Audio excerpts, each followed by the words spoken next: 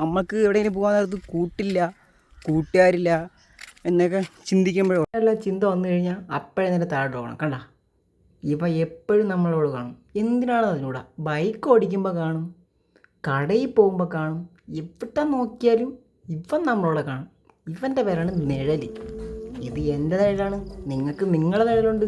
പിന്നെ വേറൊരു കാര്യമുണ്ട്, ഇപ്പം കണ്ട ഞാൻ ഡബിളായിട്ട് നിൽക്കുന്നുണ്ടാ, രണ്ട് സൈഡിലോട്ട് നിൽക്കുന്നുണ്ടാ, എന്നെ ഇവിടെയും കണ്ടു അവിടെയും കണ്ടു. എൻ്റെ നിഴലാണെന്ന സംശയമുള്ളതുകൊണ്ട് ഞാൻ കൈയൊക്കെ പൊക്കി കാണിച്ചു നോക്കി, ഇത് ഞാൻ തന്നെയാണ് കേട്ടോ. എനിക്ക് സംശയം തോന്നി, രാവിലെ ഒരാളല്ലേ കണ്ടത്, ഇപ്പം രണ്ടുപേരെ കാണുന്നത് എങ്ങനെയാണ്? അങ്ങനെ ഞാൻ ഒന്ന് ഗൂഗിളിൽ സെർച്ച് ചെയ്ത് നോക്കി. ഈ നിഴലെന്ന് വെച്ചതാ പാഠങ്ങളിലൊക്കെ പഠിപ്പിക്കണതാ ഇങ്ങനെ ഇരിക്കും. പ്രകാശ സ്രോതസ്സിൽ നിന്നുള്ള പ്രകാശം പ്രതലത്തിൽ തട്ടുകയും ആ പ്രതലത്തിൽ തടഞ്ഞു നിൽക്കുന്ന ഇരുണ്ട ഭാഗമാണ് നിഴൽ എന്നാണ് പറയണം.